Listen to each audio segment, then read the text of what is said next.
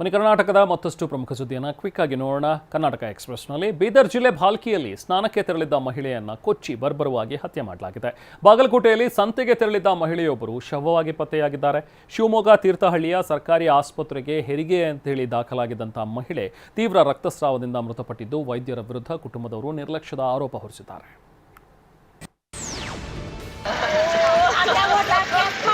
ಬೀದರ್ ಜಿಲ್ಲೆಯ ಭಾಲ್ಕಿಯಲ್ಲಿ ಮಹಿಳೆಯನ್ನ ಕೊಚ್ಚಿ ಬರ್ಬರವಾಗಿ ಹತ್ಯೆಗೈಯಲಾಗಿದೆ.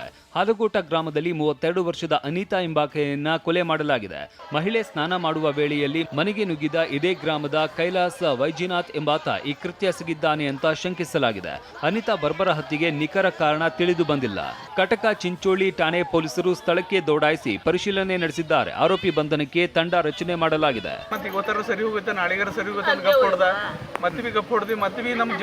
ಸರ್ ಮಗಳಿಗೆ ಹೊಡೆದು ಖತಮೆ ಮಾಡೋದು ಸರ್ ಅವ್ರ ಮತ್ತೆ 2-3 ಸಲ ನಾನು ನಡೆದ್ರೂ ಉಳ್ತೀನಿ ಮತ್ವಿ ನಾಳೆ ಬರೋದು ಇದಾಗೈತು ಈಗೋತರ ಇದಾಗೈತು ಅಂತೇಳಿ ನಾನು ಗಪ್ಪೆ ಹೊಡ್ತೀನಿ ಸರ್.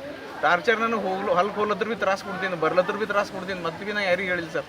ಮತ್ವಿ ನನ್ನ ಸಮಾಧಾನ ಸರಿ ನಾವು ಈಗೋ ಥರ ಇದಾಗೈತು ಬುದ್ಧಿ ಬಂದದ್ದು ಆಗೋ ಥರ ಅಂತೇಳಿ ಮತ್ವಿ ತಿಳಿಸ್ ಸರ್. ಒಟ್ಟು ಅವ್ನಿಗೆ ಏನೇನು ಬಂದಿಲ್ಲ ಜವನೇ ತೊಗೊಳೋದು ಸರ್. ಏನು ಯಾವ ಎದ್ರ ಸಲಕ್ಕೆ ಏನಿಲ್ಲ ಸರ್, ಅವನದು ನಮ್ಮದು ಸಂಬಂಧ ಏನಿದ್ದಿಲ್ಲ ಸರ್. ಬಟ್ ಎದ್ರ ಸಲಕ್ಕೆ ಭೀ ಏನು ಭೀ ಸಂಬಂಧ ಇಲ್ಲ. ನೋಡ್ತಾ ಫುಜುಲೇ ಜಗಳತೀವಿ ಸರ್. ನನಗೆ ಅಂದ್ರೆ ಬಾಜು ಮನೆ ಅವ್ರು ಬಾಜು ಮನೆನೇ ಸರ್, ಆಜು ಬಾಜುನೇ ಸರ್. ಒಂದೇ ದೊಡ್ಡಗಿದ್ದೇವೆ ಸರ್. ಬಾಜು ಸುಮ್ಮ ಕಿರಿಕಿರಿ ಅದಕ್ಕೆ ಏನು ಮಾಡೋದ ಅಂತ ಹೇಳಿ ಮತ್ವಿ ನಾನು ಸಹನ ಶಕ್ತಿ ತೊಗೊಂಡು ಸರ್. ಮತ್ವಿ ಅವ ನಮಗೆ ಮರ್ಡ್ರೆ ಮಾಡೋದು ನಾನು ಹೇಳ್ತೀವಿ ಸರ್. ಆಸ್ತಿ ಏನೇನು ಒಂದು 10 ರೂಪಾಯಿ ನಾವು ಕೊಡೋರಿಲ್ಲ ಸರ್. ನಮ್ದು ಏನಿಲ್ಲ ಸರ್, ನಮ್ದು ರೊಕ್ಕ ವ್ಯವಹಾರ ಇಲ್ಲ. ಹಾಂ. ತುಮಕೂರಿನಲ್ಲಿ ಗೃಹಿಣಿ ನೇಣಿಗೆ ಶರಣಾಗಿದ್ದಾರೆ. ಶಿರಗೇಟ್ ಬಳಿಯ ಹೌಸಿಂಗ್ ಬೋರ್ಡ್ನ ಮನೆಯಲ್ಲಿ 31 ವರ್ಷದ ಐಷಾ ಬಾನು ಎಂಬಾಕೆ ನೇಣು ಬಿಗಿದುಕೊಂಡು ಆತ್ಮಹತ್ಯೆ ಮಾಡಿಕೊಂಡಿದ್ದಾಳೆ. ಆದರೆ ಇದು ಕೊಲೆ ಅಂತ ಐಷಾ ಬಾನು ಪೋಷಕರು ಆರೋಪಿಸಿದ್ದಾರೆ. 7 ವರ್ಷಗಳ ಹಿಂದೆ ಮೃತ ಐಷಾ ಶಾಜಾದ್ ಎಂಬಾತನ ಜೊತೆ ಮದುವೆಯಾಗಿದ್ದರು. ದಂಪತಿಗೆ 3 ಮಕ್ಕಳು ಇದ್ದಾರೆ. ಆದರೆ ಶಾಜಾದ್ ಮತ್ತೊಂದು ಆಗೋದಕ್ಕೆ ಬಯಸಿದ್ದ. ಇದಕ್ಕೆ ಐಷಾ ಬಾನು ತೀವ್ರ ವಿರೋಧ ವ್ಯಕ್ತಪಡಿಸಿದ್ದಳು. ಹೀಗಾಗಿ ಐಷಾ ಬಾನುಗೆ ಶಾಜಾದ್ ಕಿರುಕುಳ ನೀಡ್ತಾ ಇದ್ದ. ಹಲ್ಲೆ ಮಾಡಿ ಮಗಳನ್ನ ಕೊಲೆ ಮಾಡಲಾಗಿದೆ ಅಂತ ಐಷಾ ಬಾನು ಪೋಷಕರು ಆರೋಪಿಸಿದ್ದಾರೆ. ಪತಿ ಶಾಜಾದ್ ನನ್ನ ಪೊಲೀಸರು ವಶಕ್ಕೆ ಪಡೆದು ತನಿಖೆ ನಡೆಸ್ತಾ ಇದ್ದಾರೆ. ಶಿವಮೊಗ್ಗದಲ್ಲಿ ವೈದ್ಯರ ನಿರ್ಲಕ್ಷ್ಯಕ್ಕೆ ಬಾಣಂತಿ ಸಾವನ್ನಪ್ಪಿರುವ ಆರೋಪ ಕೇಳಿ ಬಂದಿದೆ. ತೀರ್ಥಹಳ್ಳಿ ತಾಲೂಕು ಆಸ್ಪತ್ರೆಗೆ ಹೆರಿಗೆಗೆ ಅಂತ ದಾಖಲಾಗಿದ್ದ ಸುಮಾ ಮೃತಪಟ್ಟಿದ್ದಾರೆ. ಜುಲೈ 2ರಂದು ಗಂಡು ಮಗುವಿಗೆ ಜನ್ಮ ನೀಡಿದ್ದ ಬಳಿಕ ಸುಮಾಗೆ ತೀವ್ರ ರಕ್ತಸ್ರಾವ ಕಂಡು ಬಂದಿದೆ. ಆಕೆಯ ಸ್ಥಿತಿ ಗಂಭೀರವಾಗಿದ್ದರಿಂದ ಶಿವಮೊಗ್ಗದ ಮೆಗ್ಗಾನ್ ಆಸ್ಪತ್ರೆಗೆ ದಾಖಲು ಮಾಡಲಾಗಿತ್ತು. ಆಕೆಯ ಸ್ಥಿತಿ ಮತ್ತೆ ಚಿಂತಾಜನಕವಾಗಿದ್ದರಿಂದ ಉಡುಪಿಯ ಮಣಿಪಾಲ್ ಆಸ್ಪತ್ರೆಗೆ ದಾಖಲು ಮಾಡಲಾಗಿತ್ತು. ಆದರೆ ಚಿಕಿತ್ಸೆ ಫಲಕಾರಿಯಾಗದೆ ಸುಮಾ ಮೃತಪಟ್ಟಿದ್ದಾರೆ. ತೀರ್ಥಹಳ್ಳಿ ತಾಲೂಕು ಆಸ್ಪತ್ರೆ ವೈದ್ಯರ ನಿರ್ಲಕ್ಷ್ಯದಿಂದಲೇ ಸುಮಾ ಮೃತಪಟ್ಟಿದ್ದಾರೆ ಅಂತ ಕುಟುಂಬಸ್ಥರು ಆರೋಪಿಸಿದ್ದಾರೆ. ಅಲ್ಲದೆ ಡಿಎಚ್ಒಗೆ ದೂರು ಕೂಡ ನೀಡಿದ್ದಾರೆ.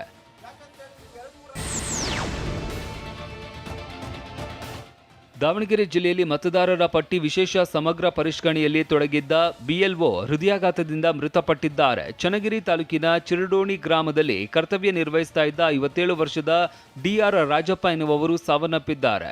ಚಿರಡೋಣಿ ಗ್ರಾಮ ಪಂಚಾಯಿತಿಯಲ್ಲಿ ಬಿಲ್ ಕಲೆಕ್ಟರ್ ಆಗಿದ್ದ ಡಿಆರ್ ರಾಜಪ್ಪ ಎಸ್ಐಆರ್ ಪ್ರಕ್ರಿಯೆಯಲ್ಲಿ ಪಾಲ್ಗೊಂಡಿದ್ರು. ನಿನ್ನೆ ಇಡೀ ದಿನ ಎಸ್ಐಆರ್ ಪ್ರಕ್ರಿಯೆ ಮುಗಿಸಿ ಮನೆಗೆ ಬಂದಿದ್ದ ರಾಜಪ್ಪ ರಾತ್ರಿ ಹೃದಯಾಘಾತದಿಂದ ಮೃತಪಟ್ಟಿದ್ದಾರೆ. ನ್ಯಾಯಾಲಯಕ್ಕೆ ಮಾಟಮಂತ್ರ ಮಾಡಿ ನ್ಯಾಯಾಧೀಶರ ಮೇಲೆ ಪ್ರಭಾವ ಬೀರೋದಕ್ಕೆ ಯತ್ನಿಸಿದ ಮಹಿಳೆ ಜೈಲು ಪಾಲಾಗಿದ್ದಾಳೆ. ಚಿಕ್ಕಬಳ್ಳಾಪುರದ ಜೆಎಂಎಫ್ಸಿ ಕೋರ್ಟ್ ನ್ಯಾಯಾಧೀಶರ ಕಚೇರಿಗೆ ಮಾಟ ಮಾಡಿದ್ದ 65 ವರ್ಷದ ಮಂಜುಳಾ ಎಂಬಾಕೆಯನ್ನ ಬಂಧಿಸಲಾಗಿದೆ. ಸಿವಿಲ್ ವ್ಯಾಜ್ಯ ಸಂಬಂಧ ನ್ಯಾಯಾಧೀಶರ ಮೇಲೆ ಪ್ರಭಾವ ಬೀರಲು ಮಂಜುಳಾ 2 ದಿನಗಳ ಹಿಂದೆ ಮಾಟಮಂತ್ರ ಮಾಡಿದ್ದಳು. ಆ ದೃಶ್ಯವು ಸಿಸಿ ಕ್ಯಾಮೆರಾದಲ್ಲಿ ಸೆರೆಯಾಗಿತ್ತು.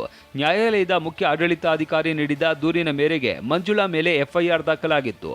ಕರ್ನಾಟಕ ಅಮಾನವೀಯ ದುಷ್ಟ ಪದ್ಧತಿ ಹಾಗೂ ವಾಮಾಚಾರ ಪ್ರತಿಬಂಧಕ ಹಾಗೂ ನಿರ್ಮೂಲನಾ ಅಧಿನಿಯಮ 2017ರ ಅಡಿಯಲ್ಲಿ ದೂರು ದಾಖಲಿಸಿಕೊಂಡ ಚಿಕ್ಕಬಳ್ಳಾಪುರ ನಗರ ಪೊಲೀಸರು ಮಂಜುಳಾಳನ್ನ ಬಂಧಿಸಿ 14 ದಿನಗಳ ಕಾಲ ನ್ಯಾಯಾಂಗ ಬಂಧನಕ್ಕೆ ಒಪ್ಪಿಸಿದ್ದಾರೆ.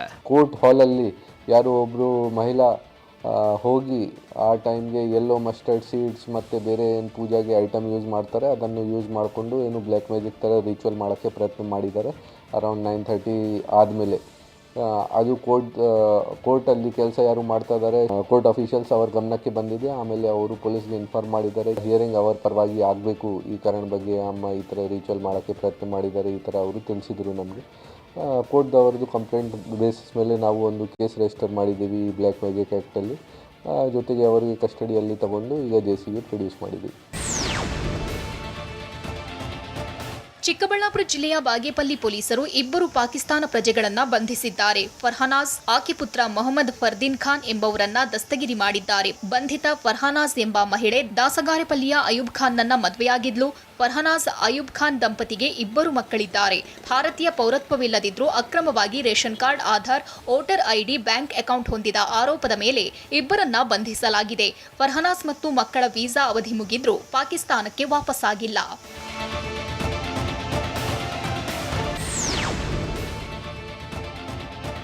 ಶಿವಮೊಗ್ಗದಲ್ಲಿ ನಕಲಿ ಚಿನ್ನ ಅಡಮಾನ ಇಟ್ಟು ಲಕ್ಷಾಂತರ ರೂಪಾಯಿ ವಂಚನೆ ಮಾಡಿರೋ ಪ್ರಕರಣ ಬಯಲಾಗಿದೆ. ಈ ಸಂಬಂಧ ಲೋಕೇಶ್ ಎಂಬಾತನನ್ನ ದೊಡ್ಡಪೇಟೆ ಪೊಲೀಸರು ಬಂಧಿಸಿದ್ದು, ತಲೆಮರೆಸಿಕೊಂಡಿರೋ 4 ಆರೋಪಿಗಳಿಗಾಗಿ ಶೋಧ ನಡೆಸುತ್ತಿದ್ದಾರೆ. ರಾಹುಲ್, ಲೋಕೇಶ್, ಸುಧಾ, ರವಿಶಂಕರ್, ಶರತ್ ಕುಮಾರ್ ಎಂಬುವರು ಸೇರ್ಕೊಂಡು ಅಂದಾಜು ಅರ್ಧ ಕೆಜಿ ನಕಲಿ ಚಿನ್ನಾಭರಣ ಅಡಮಾನ ಇಟ್ಟು ವಿವಿಧ ಬ್ಯಾಂಕ್ಗಳಲ್ಲಿ 28,87,000 ರೂಪಾಯಿ ಸಾಲ ಪಡೆದಿದ್ರು.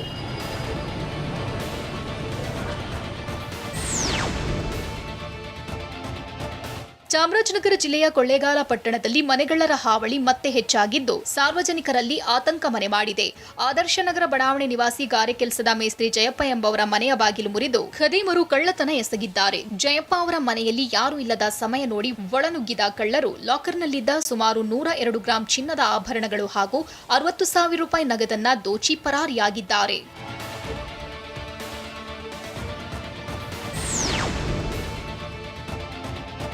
ಮಂಗಳೂರಿನಲ್ಲಿ ಕಾಲೇಜು ವಿದ್ಯಾರ್ಥಿನಿಯರಿಗೆ ಲೈಂಗಿಕ ಕಿರುಕುಳ ನೀಡುತ್ತಿದ್ದ ಬಸ್ ಕಂಡಕ್ಟರ್ನನ್ನ ಬಂಧಿಸಲಾಗಿದೆ. ದಕ್ಷಿಣ ಕನ್ನಡ ಜಿಲ್ಲೆಯ ಉಪ್ಪಿನಂಗಡಿ ಮೂಲದ ಇರ್ಫಾನ್ ಎಂಬಾತನನ್ನ ದಸ್ತಗಿರಿ ಮಾಡಲಾಗಿದೆ. ಮಂಗಳೂರು ವಿಟ್ಲ ನಡುವೆ ಸಂಚರಿಸುವ ಬಸ್ನಲ್ಲಿ ಕಂಡಕ್ಟರ್ ಆಗಿದ್ದ ಇರ್ಫಾನ್ ಅನುಚಿತವಾಗಿ ವರ್ತಿಸಿದ್ದ ಪ್ರಕರಣ ದಾಖಲಿಸಿಕೊಂಡು ತನಿಖೆ ಕೈಗೊಂಡ ಮಂಗಳೂರು ದಕ್ಷಿಣ ಠಾಣೆ ಪೊಲೀಸರು ಇರ್ಫಾನ್ನನ್ನ ಬಂಧಿಸಿದ್ದಾರೆ.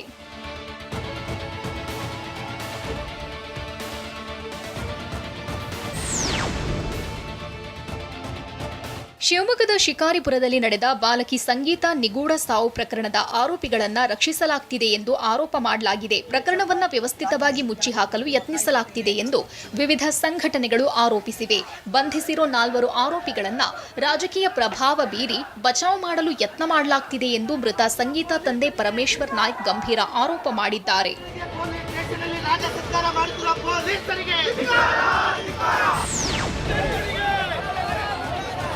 ಬಿಡದಿ ಟೌನ್ಶಿಪ್ ನಿರ್ಮಾಣ ವಿರೋಧಿಸಿ ಪರ ಮತ್ತು ವಿರೋಧ ಪ್ರತಿಭಟನೆಗಳು ತೀವ್ರಗೊಂಡಿವೆ. ಟೌನ್ಶಿಪ್ ಯೋಜನೆಗೆ ವಿರೋಧ ವ್ಯಕ್ತಪಡಿಸಿ ಬೈರಮಂಗಲದಲ್ಲಿ ನಡೆಯುತ್ತಿರುವ ಹೋರಾಟಕ್ಕೆ ಬೆಳಗಾವಿ, ಧಾರವಾಡ, ಮಂಡ್ಯ, ಮೈಸೂರು ಸೇರಿದಂತೆ ಹಲವು ಜಿಲ್ಲೆಗಳಿಂದ ಆಗಮಿಸಿರುವ ಅನ್ನದಾತರು ಬೆಂಬಲ ವ್ಯಕ್ತಪಡಿಸಿದ್ದಾರೆ. ಚೌಕಹಳ್ಳಿ ಸರ್ಕಲ್ನಿಂದ ಬೃಹತ್ ಮೆರವಣಿಗೆ ನಡೆಸಿ ಹೋರಾಟಕ್ಕೆ ಸಾಥ್ ನೀಡಿದ್ದಾರೆ. ಸ್ಥಳದಲ್ಲಿ ಪೊಲೀಸರು ಭಾರೀ ಬಂದೋಬಸ್ತ್ ಕೈಗೊಂಡಿದ್ದಾರೆ.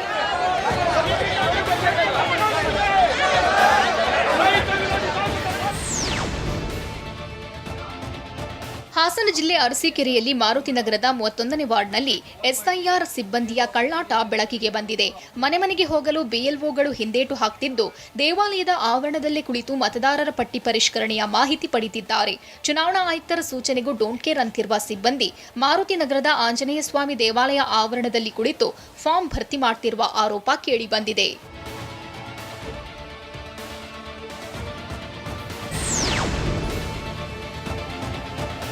ವಿದ್ಯಾರ್ಥಿಗಳಿಗೆ ಮೊಟ್ಟೆ ವಿತರಣೆ ಸರ್ಕಾರಿ ಶಾಲಾ ಶಿಕ್ಷಕರಿಗೆ ಸವಾಲಾಗಿದೆ. ಮಾರುಕಟ್ಟೆಯಲ್ಲಿ ದಿನದಿಂದ ದಿನಕ್ಕೆ ಮೊಟ್ಟೆ ದರ ದುಬಾರಿಯಾಗ್ತಿದೆ. ಮೊಟ್ಟೆ ದರ ಪರಿಷ್ಕರಣೆ ಮಾಡಿ, ಇಲ್ಲವಾದರೆ ನೀವೇ ಸರಬರಾಜು ಮಾಡಿ ಎಂದು ಸರ್ಕಾರಕ್ಕೆ ಮನವಿ ಮಾಡಿದ್ದಾರೆ. ಪ್ರಸ್ತುತ ಮೊಟ್ಟೆ ದರವನ್ನ ₹5.20 ನಿಗದಿ ಮಾಡಲಾಗಿದೆ. ಆದರೆ ಮಾರುಕಟ್ಟೆಯಲ್ಲಿ ಒಂದು ಮೊಟ್ಟೆ ದರ ₹7.50 ಇಂದ ₹8 ತಗುಲಲಿದೆ. ಹೀಗಾಗಿ ಪ್ರತಿ ವಿದ್ಯಾರ್ಥಿಗೆ ಪ್ರತಿದಿನ ₹2 ರಿಂದ ₹3 ಹೆಚ್ಚುವರಿ ವೆಚ್ಚ ಮಾಡಬೇಕಾಗಿದೆ.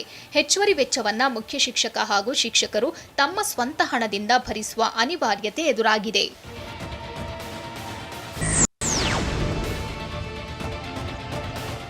ಮಹಾರಾಷ್ಟ್ರದ ಪಶ್ಚಿಮ ಘಟ್ಟ ಪ್ರದೇಶದಲ್ಲಿ ಮಳೆ ಕ್ಷೀಣಿಸುತ್ತಿದ್ದಂತೆ ಕೃಷ್ಣಾ ನದಿ ನೀರಿನ ಒಳಹರಿವಿನ ಪ್ರಮಾಣ ಕೂಡ ಇಳಿಕೆಯಾಗಿದೆ. ಸದ್ಯಕ್ಕೆ ಕೃಷ್ಣಾ ನದಿಗೆ 1 ಲಕ್ಷ ಕ್ಯೂಸೆಕ್ ನೀರು ಹರಿದು ಬರುತ್ತಿದೆ. ನೀರಿನ ಪ್ರಮಾಣ ಕಡಿಮೆಯಾದ ಹಿನ್ನೆಲೆಯಲ್ಲಿ ಬೆಳಗಾವಿ ಜಿಲ್ಲೆಯ ಕೆಳಹಂತದ ಸೇತುವೆಗಳು ಸಂಚಾರಕ್ಕೆ ಮುಕ್ತವಾಗಿವೆ.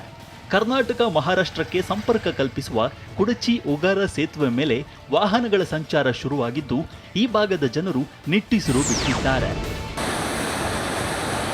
ಮಲೆನಾಡಿನಲ್ಲಿ ಅಬ್ಬರಿಸಿ ಬೊಬ್ಬಿರಿಯುತ್ತಿದ್ದ ಮುಂಗಾರು ಮಳೆ ಈಗ ಕ್ಷೀಣಿಸಿದೆ. ಹೀಗಾಗಿ ತುಂಗಾ ನದಿ ನೀರಿನ ಪ್ರಮಾಣ ಕೂಡ ಕುಸಿತವಾಗಿದೆ. ಗಾಜನೂರಿನ ತುಂಗಾ ಜಲಾಶಯಕ್ಕೂ ಹರಿದು ಬರುತ್ತಿರೋ ನೀರಿನ ಪ್ರಮಾಣ ಕೂಡ ಕಡಿಮೆ ಆಗಿದೆ. ಕೆಲ ದಿನಗಳ ಹಿಂದೆ ಮಲೆನಾಡು ಭಾಗದಲ್ಲಿ ಭಾರೀ ಮಳೆ ಹಿನ್ನೆಲೆಯಲ್ಲಿ ತುಂಗಾ ಡ್ಯಾಂಗೆ ಅಪಾರ ಪ್ರಮಾಣದ ನೀರು ಹರಿದು ಬರುತ್ತಿತ್ತು. ಚಿತ್ರದುರ್ಗ ಜಿಲ್ಲೆಯಲ್ಲೂ ಮಳೆ ಅಭಾವದಿಂದಾಗಿ ಭೀಕರ ಬರಗಾಲದ ಛಾಯೆ ಆವರಿಸಿದೆ. ನೂರಾರು ಎಕರೆ ಪ್ರದೇಶದಲ್ಲಿ ಬಿತ್ತನೆ ಮಾಡಿದ್ದ ಬೆಳೆಗಳು ಒಣಗಿ ಹೋಗಿವೆ. ಬಚ್ಚಬೋರನಹಟ್ಟಿ ಬಳಿ ರೈತರು ಶ್ರಮಪಟ್ಟು ಬೆಳೆದಿದ್ದ ಸೂರ್ಯಕಾಂತಿ, ತೊಗರಿ ಹಾಗೂ ಮೆಕ್ಕೆಜೋಳದ ಬೆಳೆಗಳು ಕೈಗೆ ಸಿಗದಂತಾಗಿದೆ. ಕರ್ನಾಟಕ, ತೆಲಂಗಾಣ ಮತ್ತು ಆಂಧ್ರಪ್ರದೇಶ ರಾಜ್ಯಗಳ ರೈತರಿಗೆ ಸಂಕಷ್ಟ ಎದುರಾಗಿದೆ. ಮಳೆ ಇಲ್ಲದೆ ರಾಯಚೂರು ಜಿಲ್ಲೆ ಮಾನ್ವಿ ತಾಲೂಕಿನ ರಾಜಲಬಂಡ ಅಣೆಕಟ್ಟು ಸಂಪೂರ್ಣ ಖಾಲಿಯಾಗಿದೆ. ಈ ಅಣೆಕಟ್ಟು ಮೂಲಕ ತುಂಗಭದ್ರಾ ನದಿ ನೀರನ್ನ 3 ರಾಜ್ಯಗಳಿಗೆ ಬಿಡುಗಡೆ ಮಾಡಲಾಗುತ್ತದೆ. ಆದ್ರೀಗ ರಾಜಲಬಂಡ ಅಣೆಕಟ್ಟು ಖಾಲಿಯಾದ ಹಿನ್ನೆಲೆಯಲ್ಲಿ ನೀರು ಪೂರೈಕೆ ಬಂದ್ ಆಗಿದೆ. ವಿಜಯಪುರ ಜಿಲ್ಲೆಯಲ್ಲಿ ಮಳೆಯ ಕೊರತೆ ಉಂಟಾಗಿರೋದ್ರಿಂದ ರೈತರಲ್ಲಿ ಆತಂಕ ಶುರುವಾಗಿದೆ. ಆರಂಭದ ಮಳೆ ನಂಬಿ 5.20 ಲಕ್ಷ ಹೆಕ್ಟೇರ್ಗೂ ಅಧಿಕ ಪ್ರದೇಶದಲ್ಲಿ ಬಿತ್ತನೆ ಮಾಡಿದ ಬೆಳೆಗಳು ಒಣಗುತ್ತಿವೆ. ತೇವಾಂಶ ಕೊರತೆಯಿಂದ ತೊಗರಿ, ಹೆಸರು, ಉದ್ದು, ಸಜ್ಜೆ, ಮೆಕ್ಕೆಜೋಳ, ಹತ್ತಿ ನಾಶವಾಗುವ ಭೀತಿ ಎದುರಾಗಿದೆ. ಕಲ್ಯಾಣ ಕರ್ನಾಟಕದಲ್ಲಿ ಮುಂಗಾರು ಕೈಕೊಟ್ಟಿದೆ. ಹೀಗಾಗಿ ಮಳೆಗಾಗಿ ಕೊಪ್ಪಳದಲ್ಲಿ ಮುಸ್ಲಿಂ ಬಾಂಧವರು ಪ್ರಾರ್ಥನೆ ಸಲ್ಲಿಸಿದ್ದಾರೆ. ಪಠಾಣ್ ಸುನ್ನಿ ಮಸೀದಿಯಲ್ಲಿ ಹುಬ್ಬಳ್ಳಿಯ ನಿಯಾಜ್ ಅಹಮದ್ ಶೇಖ್ ಹಕೀಂ ಸಾಹೇಬರ ನೇತೃತ್ವದಲ್ಲಿ ವಿಶೇಷ ಪ್ರಾರ್ಥನೆ ಸಲ್ಲಿಸಲಾಗಿದೆ. ಯಾದಗಿರಿಯಲ್ಲಿ ಕಬ್ಬಿನ ಬಾಕಿ ಬಿಲ್ ನೀಡದ ಸಕ್ಕರೆ ಕಾರ್ಖಾನೆ ವಿರುದ್ಧ ರೈತರು ಸಿಡಿದೆದ್ದಿದ್ದಾರೆ. ವಡಗೇರ ತಾಲೂಕಿನ ತುಮಕೂರು ಬಳಿಯ ಕೋರ್ ಗ್ರೀನ್ ಸಕ್ಕರೆ ಕಾರ್ಖಾನೆ ಬಳಿ ಕಳೆದ 3 ದಿನಗಳಿಂದ ಪ್ರತಿಭಟನೆ ನಡೆಸುತ್ತಿದ್ದಾರೆ. ಜಿಲ್ಲಾಧಿಕಾರಿಗೂ ಮನವಿ ಸಲ್ಲಿಸಿದ್ರೂ ಯಾರೂ ಸ್ಪಂದಿಸುತ್ತಿಲ್ಲ ಅಂತ ರೈತರು ಆಕ್ರೋಶ ಹೊರಹಾಕಿದ್ದಾರೆ. ಕೋಲಾರದಲ್ಲಿ ಮತ್ತೆ ಟೊಮ್ಯಾಟೊ ಬೆಲೆ ಪಾತಾಳಕ್ಕೆ ಕುಸಿದಿದೆ. ಹೀಗಾಗಿ ಟೊಮ್ಯಾಟೊಗೆ ಬೆಂಬಲ ಬೆಲೆ ನೀಡುವಂತೆ ಆಗ್ರಹಿಸಿ ಪ್ರತಿಭಟನೆ ನಡೆಸಲಾಗಿದೆ. ಮುಳಬಾಗಿಲು ತಾಲೂಕು ಒಡ್ಡಹಳ್ಳಿ ಟೊಮ್ಯಾಟೊ ಮಾರುಕಟ್ಟೆ ಬಳಿ ರಾಜ್ಯ ರೈತ ಸಂಘ ಹಾಗೂ ಹಸಿರು ಸೇನೆ ಕಾರ್ಯಕರ್ತರು ಪ್ರತಿಭಟನೆ ನಡೆಸಿದ್ದಾರೆ.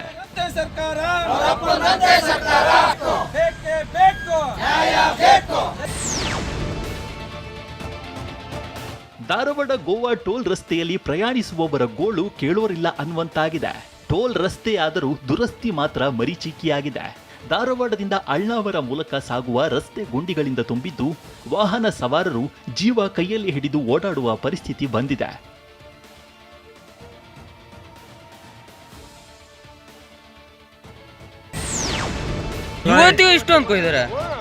ತುಮಕೂರು ಜಿಲ್ಲೆಯಲ್ಲಿ ರೈತರು ಒತ್ತುವರಿ ಮಾಡಿಕೊಂಡಿದ್ದ 15 ಎಕರೆ ಅರಣ್ಯ ಭೂಮಿಯನ್ನ ತೆರವು ಮಾಡಲಾಗಿದೆ. ಚಿಕ್ಕನಾಯಕನಹಳ್ಳಿ ತಾಲೂಕಿನ ಹುಳಿಯಾರು ಹೋಬಳಿಯ ಬುಕ್ಕಾಪಟ್ಟಣದಲ್ಲಿ ಕಾರ್ಯಾಚರಣೆ ನಡೆಸಿ ಅರಣ್ಯ ಪ್ರದೇಶ ವಶಕ್ಕೆ ಪಡೆಯಲಾಗಿದೆ. ಒತ್ತುವರಿ ಮಾಡಿಕೊಂಡ ಭೂಮಿಯನ್ನ ಕೃಷಿ ಜಮೀನಾಗಿ ಬಳಕೆ ಮಾಡಲಾಗ್ತಿತ್ತು.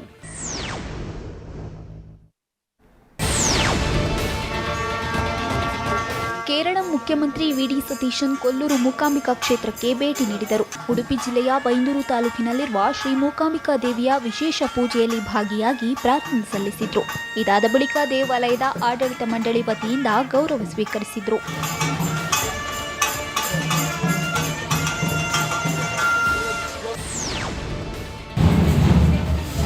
ತುಮಕೂರು ಜಿಲ್ಲೆಯ ಶಿರಾ ನಗರಸಭೆಯಲ್ಲಿ ನಡೆದ ಅವಿಶ್ವಾಸ ನಿರ್ಣಯ ಸಭೆಯಲ್ಲಿ ಹೈಡ್ರಾಮಾ ನಡೆದಿದೆ. ಮಾಜಿ ನಗರಸಭೆ ಅಧ್ಯಕ್ಷೆ ಪೂಜಾ ಹಾಗೂ ಇಂಡಿಪೆಂಡೆಂಟ್ ಸದಸ್ಯ ಅಜಯ್ ನಡುವೆ ಮಾತಿನ ಚಕಮಕಿ ನಡೆದಿದೆ. ಇದೇ ವೇಳೆ ನಗರಸಭೆ ಅಧ್ಯಕ್ಷ ಜೀಶಾನ್ ಮಹಮ್ಮದ್ ವಿರುದ್ಧದ ಅವಿಶ್ವಾಸ ನಿರ್ಣಯಕ್ಕೆ ಸೋಲಾಗಿದೆ.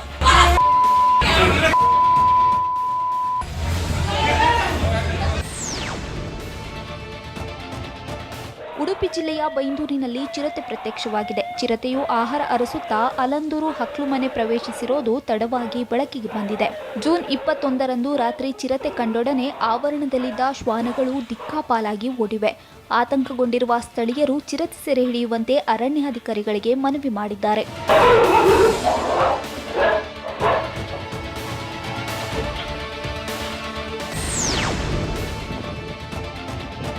ಕೊಪ್ಪಳದ ಅಚಲಾಪುರ ಅರಣ್ಯ ಪ್ರದೇಶದಲ್ಲಿ ಅಕ್ರಮ ಕಲ್ಲು ಗಣಿಗಾರಿಕೆ ಪ್ರಾಣಿ ಪಕ್ಷಿಗಳ ಸಂಕುಲಕ್ಕೆ ಧಕ್ಕೆಯಾಗ್ತಿದೆ.